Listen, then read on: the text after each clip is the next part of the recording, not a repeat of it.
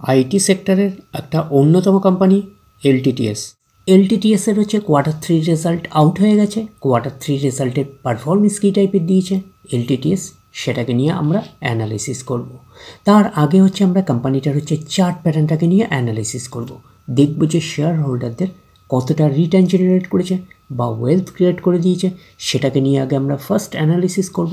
After that হচ্ছে আমরা কোম্পানিটার হচ্ছে Q3 রেজাল্টের পারফরমেন্স কী টাইপের দিয়েছে সেটাকে নিয়ে অ্যানালিসিস করব। তো কোম্পানিটা হচ্ছে এখন ট্রেড করছে 5,366 টাকায় এখন ট্রেড করছে। আমরা যদি চলে যাই কোম্পানিটার মার্কেট ক্যাপিটালাইজ, তাহলে মার্কেট ক্যাপিটালাইজ হচ্ছে অ্যাপ্রক্স বলতে পারেন 56,000 কোটি টাকার মার্কেট ক্যাপিটালাইজ।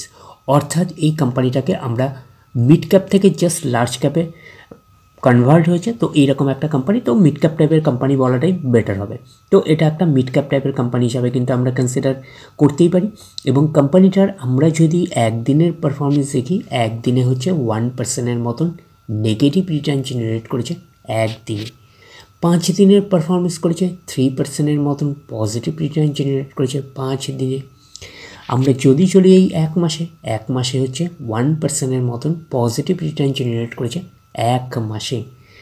6 মাসের পারফরমেন্স দিয়েছে 31% মতন পজিটিভ রিটার্ন জেনারেট করেছে 6 মাসে। 1 জানুয়ারি থেকে পারফরমেন্স দিয়েছে 3% মতন পজিটিভ রিটার্ন জেনারেট করেছে 1 জানুয়ারি থেকে। আমরা যদি চলে যাই এক বছরে, দেখি কীরকম পারফরমেন্স করেছে। এক বছর হচ্ছে 57% মতন পজিটিভ রিটার্ন জেনারেট করেছে এক বছরে। তো ন্যাচারাল ব্যাপার, আমরা জানি যে শর্ট টার্মে সেভাবে ওয়েলথ ক্রিয়েট হয় না স্টক মার্কেট থেকে। যত লং খেলবেন স্টক মার্কেটে তত হচ্ছে ওয়েলথ ক্রিয়েট হয়। বাট এই কোম্পানিটা কিন্তু শর্ট টার্মে অর্থাৎ এক বছরে কিন্তু একটা ডিসেন্ট টাইপের পারফরমেন্স করেছে। আমরা এইটুখানি বলতে পারি 57% মতন কিন্তু পজিটিভ রিটার্ন জেনারেট করেছে এক বছরে অর্থাৎ শর্ট টার্মে। তো এখন দেখার বিষয় কোম্পানিটা কি লং টার্মে ভালো পারফরমেন্স করেছে, লং টার্মে কি শেয়ার হোল্ডারদের ওয়েলথ ক্রিয়েট করে দিয়েছে, সেটাই কিন্তু এখন আমাদের দেখার বিষয়। তাহলে আমরা চলে যাচ্ছি কোম্পানিটার 5 বছরের চার্ট প্যাটার্নে। তাহলে 5 বছরে পারফরমেন্স করেছে 227% মতন পজিটিভ রিটার্ন জেনারেট করেছে 5 বছরে।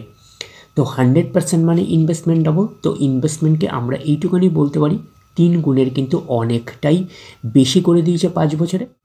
5 বছরে একটা ডিসেন্ট টাইপের পারফরমেন্স করেছে, আমরা এইটুখানি বলতেই পারি। তো এখন দেখার বিষয় কোম্পানিটার ম্যাক্সিমাম চার্ট প্যাটার্ন হিসাবে কী রকম টাইপের পারফরমেন্স করেছে। তাহলে আমরা চলে আসলাম কোম্পানিটার ম্যাক্সিমাম চার্ট প্যাটার্নে। তাহলে ম্যাক্সিমাম চার্ট প্যাটার্ন হিসাবে পারফরমেন্স করেছে 517% মতন পজিটিভ রিটার্ন জেনারেট করেছে অল টাইম বা ম্যাক্সিমাম। তো কোম্পানিটা লিস্টেড হয়েছে কবে 2016-এ। তাহলে 2016 থেকে কিন্তু এখনও অবধি রিটার্ন জেনারেট করেছে 517% মতন পজিটিভ রিটার্ন জেনারেট করেছে। 16-এর পরে 17, 18, 19, 20, 21, 22, 23, 24-এর সেপ্টেম্বর মাস আসলে কত বছর কমপ্লিট হবে? 1, 2, 3, 4, 5, 6, 7, 8। তার মানে 8 বছর কমপ্লিট হবে হচ্ছে সেপ্টেম্বর মাস আসলে কিন্তু 8 বছর কমপ্লিট হবে। তো সেই হিসাবে আমরা বলবো একটা ম্যাক্সিমাম চার্ট প্যাটার্ন হচ্ছে 7.5 বছরের একটা চার্ট প্যাটার্ন হিসাবে আমরা কনসিডার করতে পারি। তো ম্যাক্সিমাম চার্ট প্যাটার্নটাকে এখনও অবধি আমরা ডিসেন্ট হিসাবে কনসিডার করতে পারছি না। তার কারণটা কি, বেশি দিনের ডেটা হিস্ট্রি অ্যাভেলেবেল নয়, শুধুমাত্র 7.5 বছরের ডেটা হিস্ট্রি অ্যাভেলেবেল। তো এইটুকুনি বলতে পারি যে 7 থেকে 7.5 বছরের পারফরমেন্স হিসাবে কিন্তু একটা ডিসেন্ট টাইপের পারফরমেন্স করেছে, হিউজ ওয়েলথ ক্রিয়েট করে দিয়েছে শেয়ার হোল্ডারদের, আমরা এইটুকুনি বলতে পারি। এবং কোম্পানিটা কিন্তু ফান্ডামেন্টাল একটা সাউন্ড কোম্পানি, আমরা এইটুকুনি কনসিডার করতে পারি। এই কোম্পানিটা হচ্ছে L&T গ্রুপের কিন্তু একটা কোম্পানি, এইটুকুনি কিন্তু মাথায় রাখবেন। তো একটা রেপুটেটেড গ্রুপ। তো এখন দেখার বিষয় কোম্পানিটার হচ্ছে Q3 রেজাল্টের পারফরমেন্স কী টাইপের দিয়েছে। তাহলে আমরা চলে যাচ্ছি কোম্পানিটার Q3 রেজাল্টে। আমরা চলে আসলাম কোম্পানিটার হচ্ছে Q3 রেজাল্টে। আগে আমরা ফার্স্ট দেখে নেব যে সিকোয়েন্সগুলো ঠিকঠাকভাবে সাজানো রয়েছে নাকি, এটাকে আগে আমরা দেখে নেব। এটা হচ্ছে এই কোয়ার্টার মিনস হচ্ছে Q3, এটা হচ্ছে প্রিভিয়াস কোয়ার্টার, আর এটা হচ্ছে এক বছর আগে। তাহলে সিকোয়েন্সগুলো ঠিকঠাকভাবে সাজানো রয়েছে, আমরা এইটুকুনি বলতে পারি। তো এবারে দেখে নিই যে অ্যামাউন্টগুলো কিসে দিয়েছে। অ্যামাউন্টগুলো কিন্তু মিলিয়ন্সে দিয়েছে অ্যামাউন্টগুলো। এইবারে আমরা চলে যাব কোম্পানিটার টোটাল ইনকামে। তো টোটাল ইনকামে যাওয়ার আগে আমরা কি করব, একটু লার্জ করে নিয়ে অ্যাডজাস্ট করে নেব, তাহলে আপনাদের কাছে ব্যাপারটা আরও ভিজিবল হবে। তো এইবারে আমরা চলে আসলাম কোম্পানিটার টোটাল ইনকামে। তাহলে কি পাচ্ছি, এই কোয়ার্টার মিস হচ্ছে কোয়ার্টার 3-তে 24,842, প্রিভিয়াস কোয়ার্টারে ছিল 24,277 এবং এক বছর আগে ছিল 22,305। তাহলে এক বছর আগের 22,305টা এখন কত হয়ে গেছে, 24,842। তাহলে আমরা বলবো ইয়ার অন ইয়ার বেসিস কিন্তু জাম্প রয়েছে টোটাল ইনকামে। প্রিভিয়াস কোয়ার্টারে ছিল কত, 24,277, সেটা হয়ে গেল এই কোয়ার্টার, মিস হচ্ছে কোয়ার্টার 3-তে হয়ে গেল 24,842। তাহলে আমরা বলবো কোয়ার্টার অন কোয়ার্টার বেসিসও কিন্তু জাম্প রয়েছে, আমরা এটুকুনি বলতে পারি টোটাল ইনকামে। তো ন্যাচারাল ব্যাপার, আমরা জানি যে ইনকাম করতে গেলে কোম্পানিকে এক্সপেন্সেস করতে হবে। তো এখন দেখার বিষয় কোম্পানিটা ইনকাম করতে গিয়ে কতটা এক্সপেন্সেস করেছে। তাহলে আমরা চলে আসলাম কোম্পানিটার টোটাল এক্সপেন্সেসে। এই কোয়ার্টার মিস হচ্ছে কোয়ার্টার 3-তে 20,187, প্রিভিয়াস কোয়ার্টারে 19,916 এবং এক বছর আগে ছিল কত, 17,918। তাহলে এক বছর আগে 17,918টা এখন কত হয়ে গেছে, 20,187। তাহলে আমরা বলবো ইয়ার অন ইয়ার বেসিস কিন্তু জাম্প রয়েছে টোটাল এক্সপেন্সেসে। প্রিভিয়াস কোয়ার্টারে ছিল কত, 19,916, সেটা হয়ে গেল এই কোয়ার্টার, মিস হচ্ছে কোয়ার্টার 3-তে হয়ে গেল কত, 20,187। তাহলে আমরা বলবো কোয়ার্টার অন কোয়ার্টার বেসিসেও কিন্তু জাম্প রয়েছে টোটাল এক্সপেন্সেসে। তো এইবারে আমরা বের করব কি, এইবারে আমরা বের করব হচ্ছে অপারেটিং প্রফিট। কি করে অপারেটিং প্রফিটটা বের করব, টোটাল ইনকাম থেকে টোটাল এক্সপেন্সেস বাদ দেবো, বাদ দিলে যেটা পড়ে থাকবে সেটা হচ্ছে অপারেটিং প্রফিট। টোটাল ইনকামও পেয়ে গেছি, টোটাল এক্সপেন্সেসও পেয়ে গেছি, টোটাল ইনকাম থেকে টোটাল এক্সপেন্সেস বাদ দিলে পড়ে থাকছে অপারেটিং প্রফিট। অর্থাৎ আপনারা বলতে পারেন profit from ordinary activities before tax. তাহলে আমরা পাচ্ছি কত, এই কোয়ার্টার মিন্স হচ্ছে কোয়ার্টার 3-তে 4,655, প্রিভিয়াস কোয়ার্টারে ছিল কত, 4,361 এবং এক বছর আগে ছিল 4,387। তাহলে এক বছর আগের 4,387টা এখন কত হয়ে গেছে, 4,655। তাহলে আমরা বলবো ইয়ার অন ইয়ার বেসিস কিন্তু জাম্প রয়েছে অপারেটিং প্রফিটে। প্রিভিয়াস কোয়ার্টারে ছিল কত, 4,361, সেটা হয়ে গেল এই কোয়ার্টার, মিন্স হচ্ছে কোয়ার্টার 3-তে হয়ে গেল 4,655।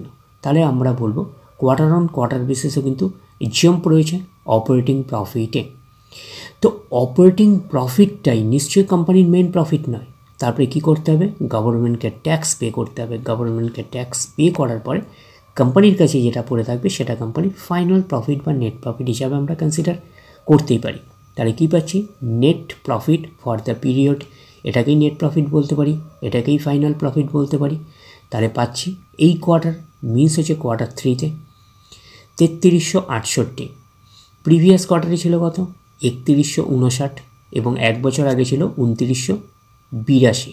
তাহলে এক বছর আগের 2982টা এখন কত হয়ে গেছে, 3368। তাহলে আমরা বলবো ইয়ার অন ইয়ার বেসিস কিন্তু জাম্প রয়েছে নেট প্রফিটে। প্রিভিয়াস কোয়ার্টারে ছিল কত, 3159, সেটা হয়ে গেল এই কোয়ার্টার, মিন্স হচ্ছে কোয়ার্টার 3-তে হয়ে গেল কত, 3368। তাহলে আমরা বলবো কোয়ার্টার অন কোয়ার্টার বেসিসও কিন্তু জাম্প রয়েছে নেট প্রফিটে।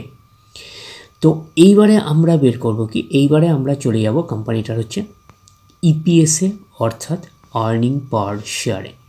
তাহলে আমরা কোম্পানিটা চলে আসলাম ইপিএসে অর্থাৎ আর্নিং পার শেয়ারে। তাহলে পাচ্ছি এই কোয়ার্টার মিস হচ্ছে কোয়ার্টার 3-তে 31.80, প্রিভিয়াস কোয়ার্টারে ছিল 29.84 এবং এক বছর আগে ছিল 28.11। তাহলে এক বছর আগের 28.11টা এখন কত হয়ে গেছে, 31.80।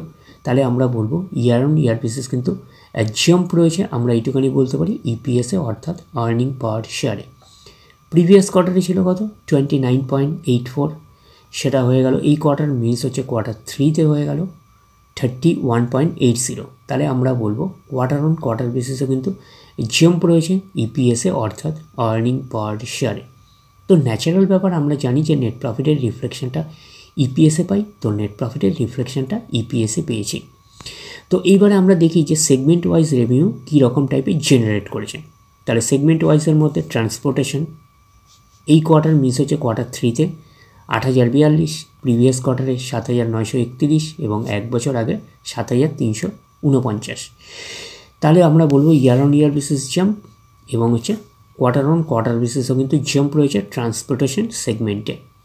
তারপরের সেগমেন্ট কী পাচ্ছি, প্ল্যান্ট ইঞ্জিনিয়ারিংয়ে এই কোয়ার্টার মিস হচ্ছে কোয়ার্টার 3-তে 3394, প্রিভিয়াস কোয়ার্টারে ছিল 3353 এবং এক বছর আগে ছিল 3189। তাহলে আমরা বলবো year on year basis jump রয়েছে এবং কোয়ার্টার অন কোয়ার্টার বেসিসও কিন্তু জাম্প রয়েছে, আমরা এইটুখানি বলতে পারি প্ল্যান্ট অ্যান্ড ইঞ্জিনিয়ারিং সেগমেন্টে। তারপরের সেগমেন্ট পাচ্ছি কি, তারপরের সেগমেন্ট হচ্ছে ইন্ডাস্ট্রিয়াল প্রোডাক্টস। এই কোয়ার্টার মিস হচ্ছে কোয়ার্টার 3-তে 4155, প্রিভিয়াস কোয়ার্টারে ছিল 4131 এবং এক বছর আগে ছিল 3898। তাহলে আমরা বলবো year on year basis jump রয়েছে এবং কোয়ার্টার অন কোয়ার্টার বেসিসও কিন্তু জাম্প রয়েছে ইন্ডাস্ট্রিয়াল প্রোডাক্টস সেগমেন্টে। তারপরের সেগমেন্ট পাচ্ছি কি, মেডিকেল ডিভাইসেস পাচ্ছি এই কোয়ার্টার মিস হচ্ছে কোয়ার্টার 3-তে 2480, প্রিভিয়াস কোয়ার্টারে ছিল কত 2406 এবং এক বছর আগে ছিল 2186। তাহলে আমরা বলবো year on year basis jump রয়েছে এবং কোয়ার্টার অন কোয়ার্টার বেসিসও কিন্তু জাম্প রয়েছে মেডিকেল ডিভাইসেস সেগমেন্টে। তারপরের সেগমেন্ট পাচ্ছি কি, টেলিকম অ্যান্ড হাইটেক এই কোয়ার্টার মিস হচ্ছে কোয়ার্টার 3-তে 6147, প্রিভিয়াস কোয়ার্টারে ছিল 6044 এবং এক বছর আগে ছিল কত 4948। তাহলে আমরা বলবো year on year basis jump রয়েছে এবং কোয়ার্টার অন কোয়ার্টার বেসিসও কিন্তু জাম্প রয়েছে টেলিকম অ্যান্ড হাইটেক সেগমেন্টে। তাহলে প্রত্যেকটা সেগমেন্টেই কিন্তু ইয়ার অন ইয়ার বেসিস এবং কোয়ার্টার অন কোয়ার্টার বেসিস কিন্তু জাম্প রয়েছে, আমরা এইটুকুনি বলতে পারি। তো ওভারঅল আমাদের কাছে একটা কনক্লুশনে আসলাম যে এলটিটিএসের হচ্ছে আমরা এইটুকুনি বলতে পারি কোয়ার্টার 3 রেজাল্ট একটা আউটস্ট্যান্ডিং টাইপের একটা পারফরমেন্স করেছে, আমরা কিন্তু এইটুকুনি বলতেই পারি। তাহলে ওভারঅল ভিউটা আপনাদের কাছে ক্লিয়ার। তাহলে এই অবধি, নেক্সট ভিডিওতে আবার আপনাদের সাথে আমার দেখা হচ্ছে। ধন্যবাদ।